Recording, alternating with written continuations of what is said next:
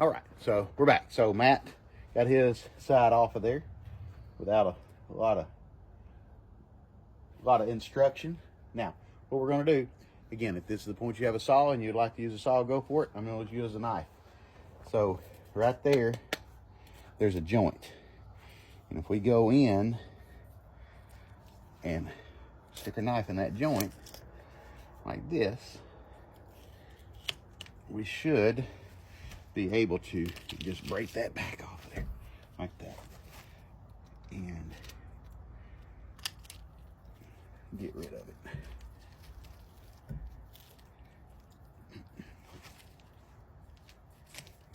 So there you go. Now, there's still a little meat on there. That's my side, that's Matt's side. But I think for a training operation, we did pretty good. Again, if you want to go back and get that on your deer, go for it.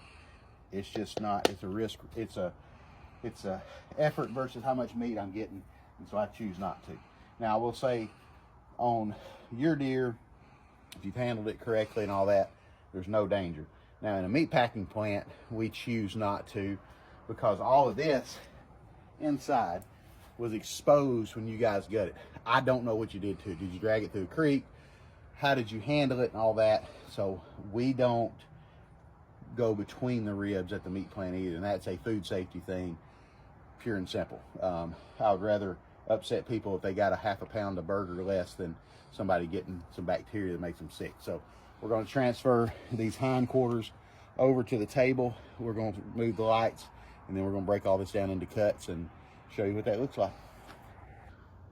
All right, so we moved over from skinning and breaking it down to now processing. So we got the 2 hindquarters, 2 shoulders, the rib meat and back loin 2 times, the neck and the loin. So now we still have to deal with this, right? So what we're going to do is turn this over, and right here, the tail, there's the continuation of the spine. So what we're going to do is we're going to grab a knife like this and go on each side of that, just like that. That's just kind of a relief cut for us. All right, now if you look, I'm trying to show you this hip bone is going to continue right there. So we're just going on the other side of that hip bone, just like that. Right there. All right, and we're going to do the same thing on the opposite side. We're going to go right in, and you see I'm flexing this knife. This is this is not a flexible knife, it's not a stiff knife. Semi-stiff knife, and we're going to press again just like that, and then go and release that just like that. See? So just like this. Now flip it back over. Now the socket, so there's a knee socket right here, and running from here straight up that line to here is the femur. At the end of the femur is the ball. That's what we're after. So see if we can get in there. So there's where we split that H bone earlier. We're going to go right against that H bone. Just push with your thumb, just like I was showing you earlier, just like that. Now there's that ball. Now we rolled it over. There's those cuts that we started. Now we're going to finish them all the way to that ball. See it? So go around the other side of the ball, and as soon as we get through that, we're going to start pushing again against this way, just like that. And then there's a whole rear quarter, just like that. And we'll deal with that in just a second. We'll see the sides. We still need to do the other side. So now there's that cut that we started. We're going to finish it up straight to that ball, just like so. Get in there, then we get up here to that H bone, press against it.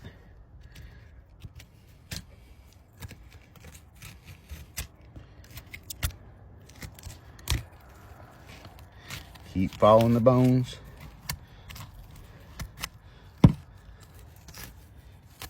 There you go. That's a whole pelvis, whole deer pelvis right there. So now we're going to leave these rear quarters alone for a minute, and we're going to go to the back loin. That's where everybody likes to kind of focus. So super simple. Here's the whole back loin. This is the big end. This was up towards his hip where that pelvis was at. This is down toward the shoulder blade. You can see rib meat's over here. You can see that white line. If you'll put your finger right there. Now, you're going to get a little bit of stuff that's still attached. If you pull, you'll tear your back loin. So as you're pulling, just look. If you need to touch it with the knife, touch it with a knife. If you pull it off, there's all your rib meat. Perfectly good for ground. I don't want to get into the debate over silver skin and all that, but this is perfectly good ground. When you talk about, people talk about gamey tasting meat, let me tell you this. Gamey tasting meat is different than game meat. If you've shot this deer well, you gutted it well, you got it cool, it's not going to be gamey. There's nothing going to be gamey about this deer. The fat will not be gamey, nothing. If we treated beef in our plant the way some people treated deer, you shot it and then you rode around the truck, the gut stayed in it, it was warm outside, beef would taste gamey. So I don't think, now my steak cuts and stuff, yes, we're going to remove the silver skin, but in the burger, that stuff is perfectly fine to grind. When people say, oh, fat is the first thing that starts tasting funny, it's because that's the first thing that will spoil when it's too warm. These deer, if you get them cold quick and you're doing it like this, it will be perfect. So, second loin. It will be opposite of the other one. So now the rib meat is over here. There's the little thin piece. You put your finger, you put your thumb right in that slot, in that seam right there. And again, if it tears, if you get some tearing, pick your knife up. Pull. Right there. That's 2 whole deer back loin. We will trim them up in a minute. They still need some trimming, but that's what you get right there. All right. Again, trim. The only thing I'm going to trim off of this is that blood that we didn't get washed out when we gutted it earlier. We don't want the blood in there. And that's also another FYI. Soaking your deer. People will say, I soak my deer to get the blood out. That is a falsity. When a deer dies, all the blood is contained, or any animal, all the blood is contained in arteries, veins, and capillaries. When it dies and the blood congeals, it congeals in the arteries, veins, and capillaries. If you heart shot that deer, and when you gut it and all that blood's in the body cavity, that deer has no blood left in it anywhere, maybe around the wounds and things. But when you soak deer, for one, you're creating a bacteria nightmare. It's just a bacteria breeding ground.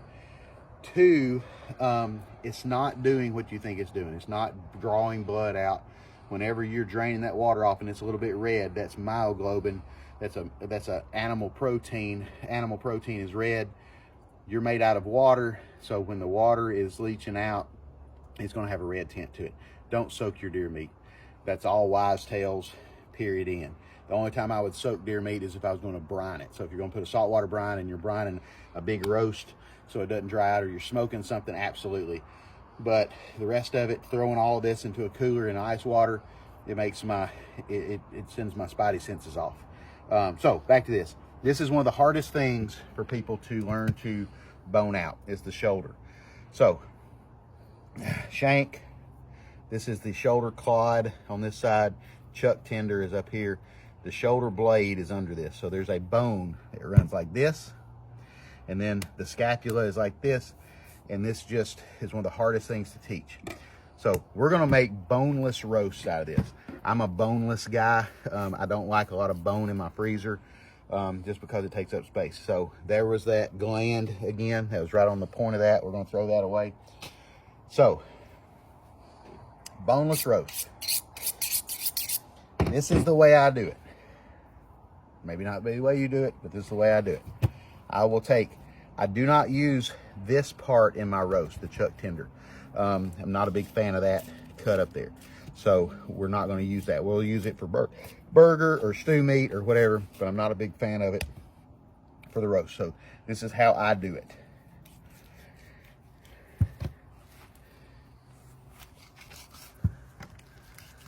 So once you get to this point, a lot of people cut that off.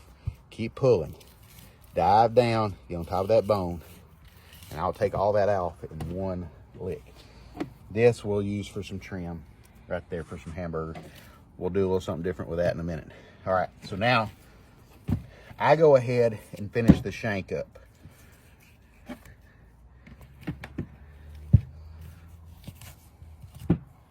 All right, now, bottom side of the scapula, go ahead and clean it up. There's some meat there. All right, now for the roast. So, on beef, this would be the flat iron, and this would be the shoulder clot. One guy asked me, he said, can you not get a flat iron off of a deer? I said, I can, but it's just not big enough to really make a steak out of, so we use it for a roast. So here's what we're gonna do. We're gonna go against that, push here straight down to that scapula. Then we're gonna turn in one motion, like a scooping motion, like you're filleting a fish, straight against that right there. All right. Now, straight against that, come down to the arm bone.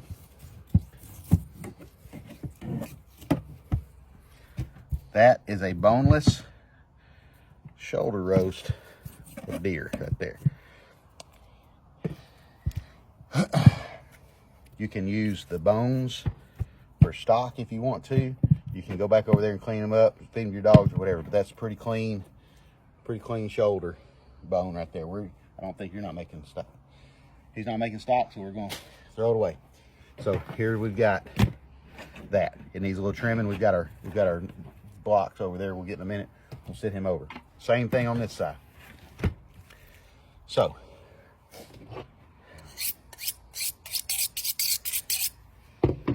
this, like I said, this is one of the hardest things for people to get, even in the butcher shop where I've trained people. If you've got to do it a little different, that's fine. I'm used to wearing a glove on this hand. So get it started. Grab that, pull. Remember, when you're boning meat out, when you're putting tension, it's just like pulling a string. If you're trying to cut a string and it's loose, it's hard to cut. You pull it tight, it's easier. So when you're boning this meat out, if you'll pull, and I've got this wedged against me here, pull, and it cuts so much easier. So again, we're gonna save that little piece. We'll make some stew meat out of that.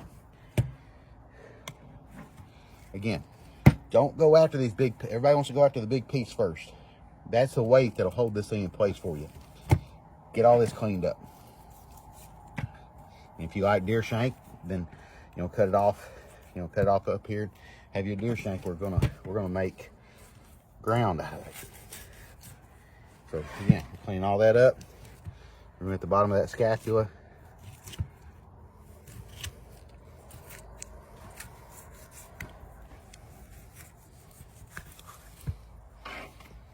Flip it over. There's a little piece that you can't get when we do that. Do it that way, so we'll get that out. Again, against that bone, down to the scapula. Turn.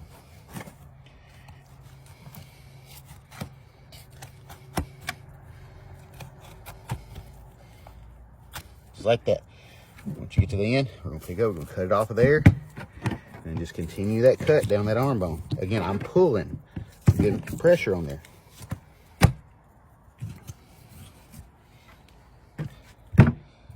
Again, you can go take it over there and do a little more work and try to get a few ounces of meat off of that. Use it for stock, whatever you want to do. But in my world, that's a pretty clean That's a pretty clean bone. All right, the second hardest thing to train people to bone out is a neck. Now, a lot of people will use that as a whole roast bone in. Again, I'm not a huge fan of that. I think, well, I'm not gonna say that. All right, so again, this is the continuation of the spine. There's where we took it off at the atlas joint at the base of the skull.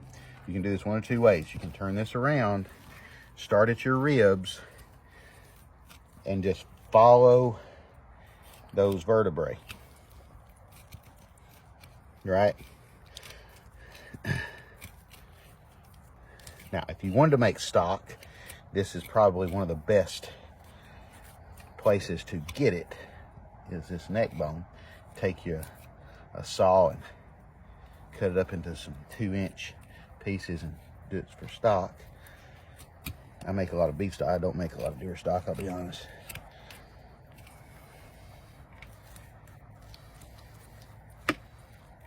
All right, so right here in the middle of this, if you can see, there's a big tendon. That's the center of that neck. So that's where there's a big yellow tendon right there. That's the center. Now, if you want to get fancy, you can just flip this dude over. We'll do that. We'll show you. I'll show you that just to show you a different technique. So we'll stop there. We'll roll this thing over,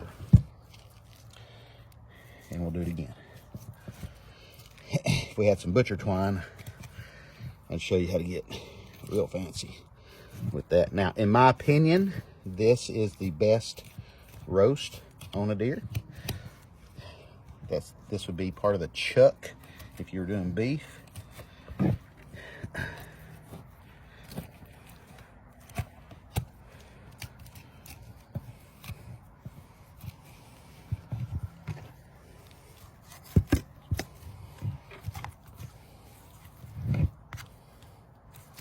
Again, we could go over there and really meticulous, get in between all those joints and probably get an ounce or two of meat out of there. But in my world, that's a pretty clean neck bone. So we can either clean this up a little bit. So if you'll look, there's a white line right there. That's the meat that went under his esophagus. We don't want that for a roast. So we'll cut that off and we'll put that for trim. Same thing on this side. You can see that medial, or that line right there where it curls and goes under his esophagus. Cut that off, square it up a little bit. Go to that inside area right here. Get that tendon out of there.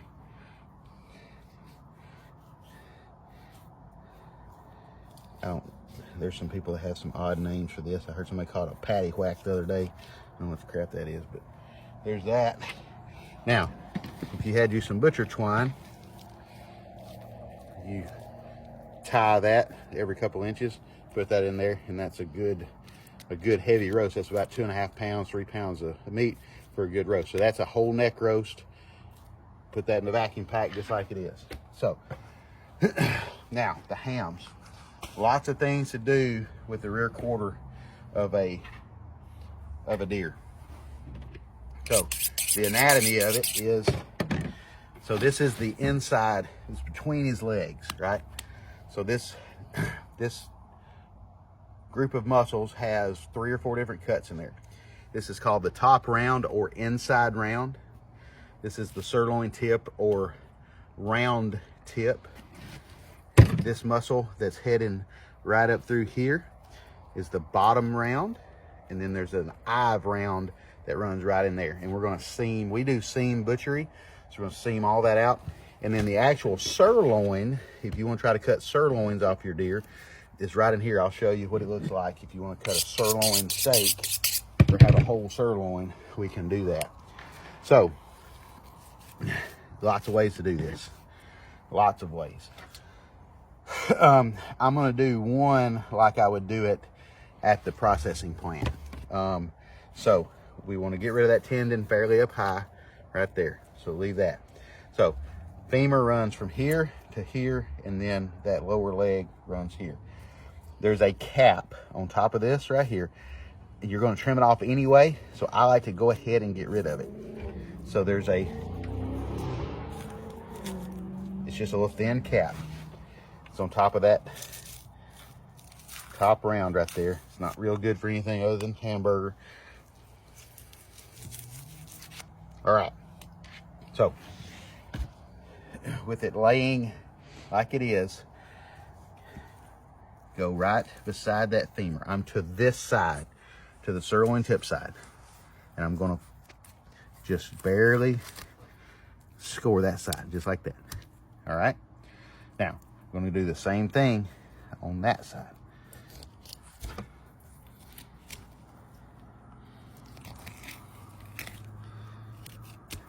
All right, get under it.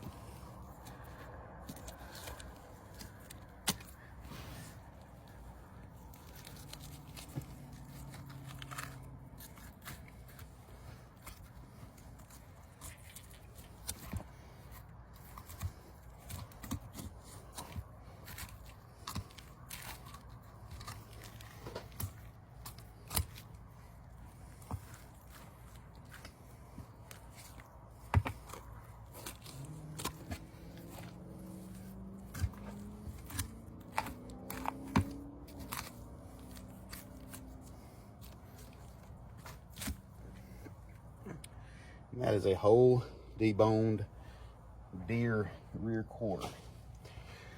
So we sit it back up here, kind of put it back together. Now we can seam it out. Now I can show you the different cuts. All right, so up here, if you want to try to get a tri-tip, there's a tri-tip right there. It's too small on a deer, but here's that loin tip. So it just rolls out of there. Straight out of its skin there, kind of.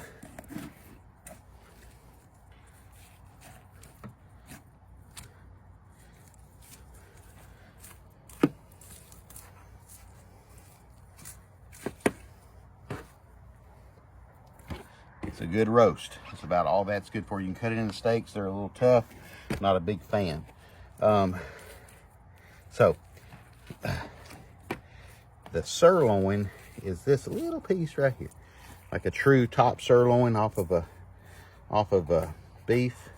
That's what that would be. Now, if you wanted to cut that into some beef tips or deer kebabs or whatever, that would be good for that. It's hard to cut out of a deer. Now, I know you northern guys are going to be like, hey, we cut sirloins, but your deer are 3 times the size of our deer. So that's a deer sirloin tip.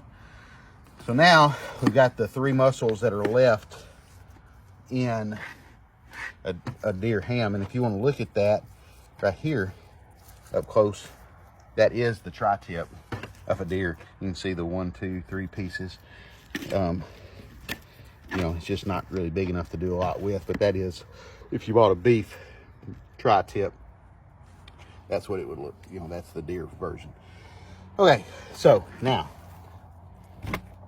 top round, this is the bottom round, and then we'll get to the eye round. Top round is one of my favorite cuts off of a deer. We cook it whole on the grill, slice it thin, and put chimichurri sauce or taco sauce. So this is, I think, Matt, this is Matt's deer, so I'm kind of asking him as we go, are you wanting to keep this whole like we did? Yeah. Okay. So there's a whole top round, and we'll just trim it up there a little bit.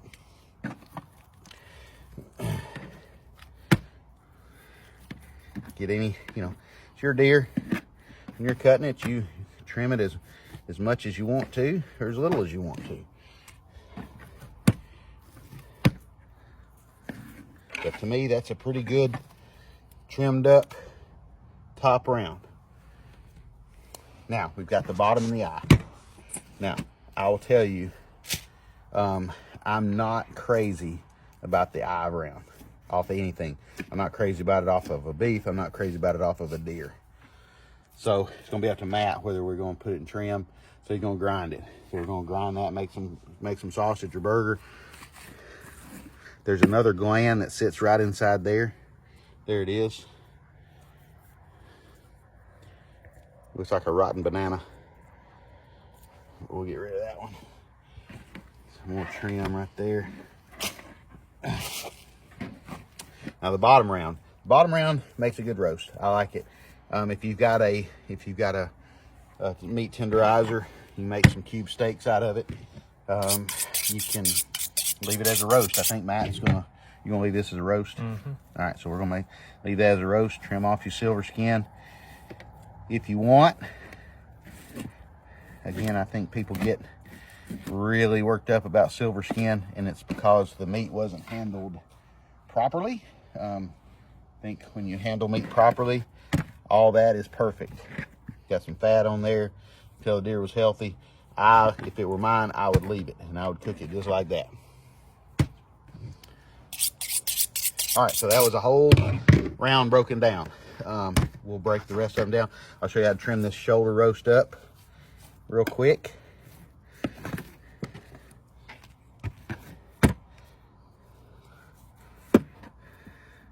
Again, if you're going to make a grilling cut out of something, I am for removing silver skin because it's tough. If you're cooking this as a roast and it's going to cook in a crock pot, I'm going with it just like that.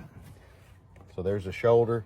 Here's another shoulder. It's already, I think we already fairly well trimmed it up. So there's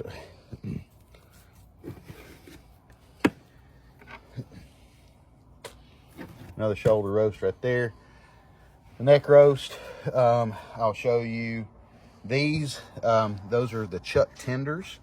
If this were mine, I would cut it into some stew meat or make trim. Are y'all gonna want stew meat or cut trim? Trim.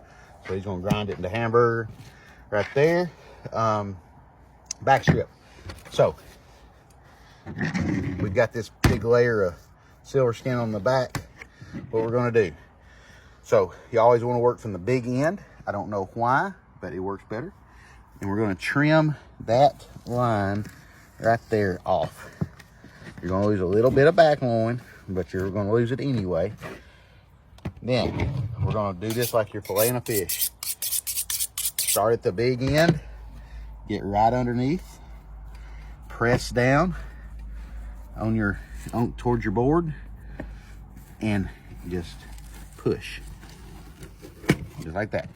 When you're done, you're gonna have a little thin piece of that can go in the trash can, and then you're going to have a whole trimmed up deer back loin, just like that.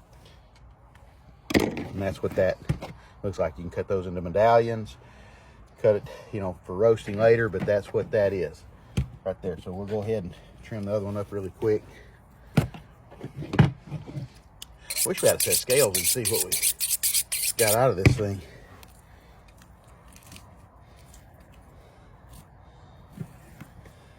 Because this was just a yearling Alabama deer, so we're not talking about a massive, just a massive animal. But as you can see, we got the trim and everything. It's gonna make quite a bit. Maybe Matt can, once we get it packaged, maybe Matt can report back to us and tell us how we did on it. But same thing. Start at the big end, press down towards the table, and again, complete. I want to be completely transparent.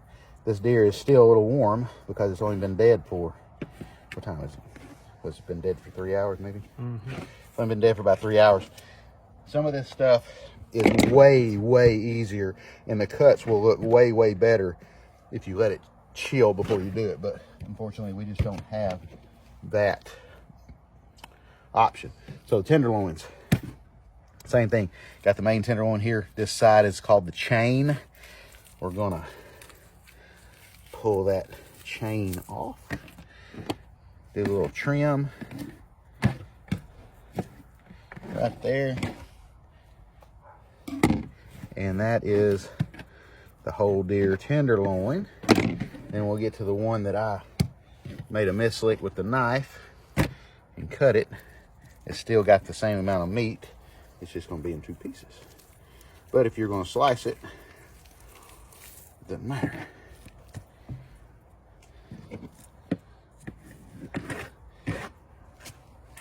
So there is another deer tenderloin. And here's the one last piece of the puzzle. I'm just gonna do it the same way. All right. Now I'm gonna do this one real time because we're running out of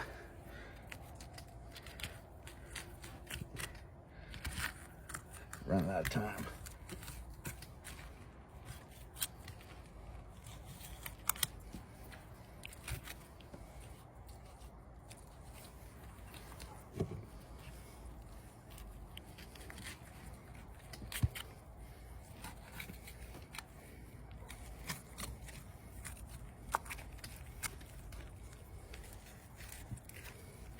And I'm not going to tell you I'm not a little nervous cutting meat like this, because most of the time when I'm cutting meat, I've got stainless steel gloves and other protective gear. It keeps me from stabbing myself. So I'm being a little more cautious than normal.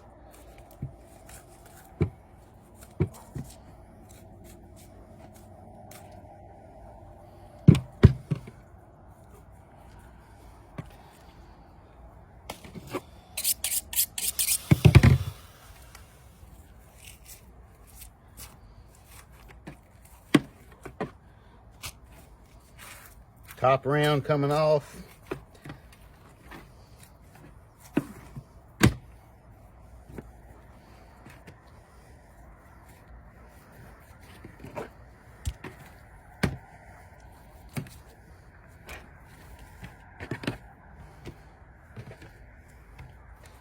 The round coming out.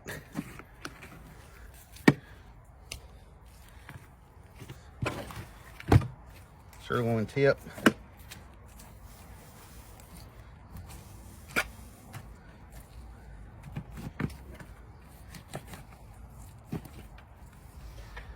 Coming out. Sirloin coming off.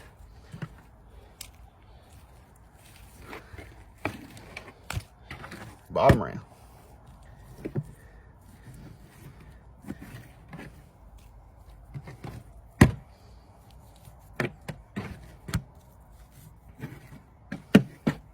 All right, so there you go.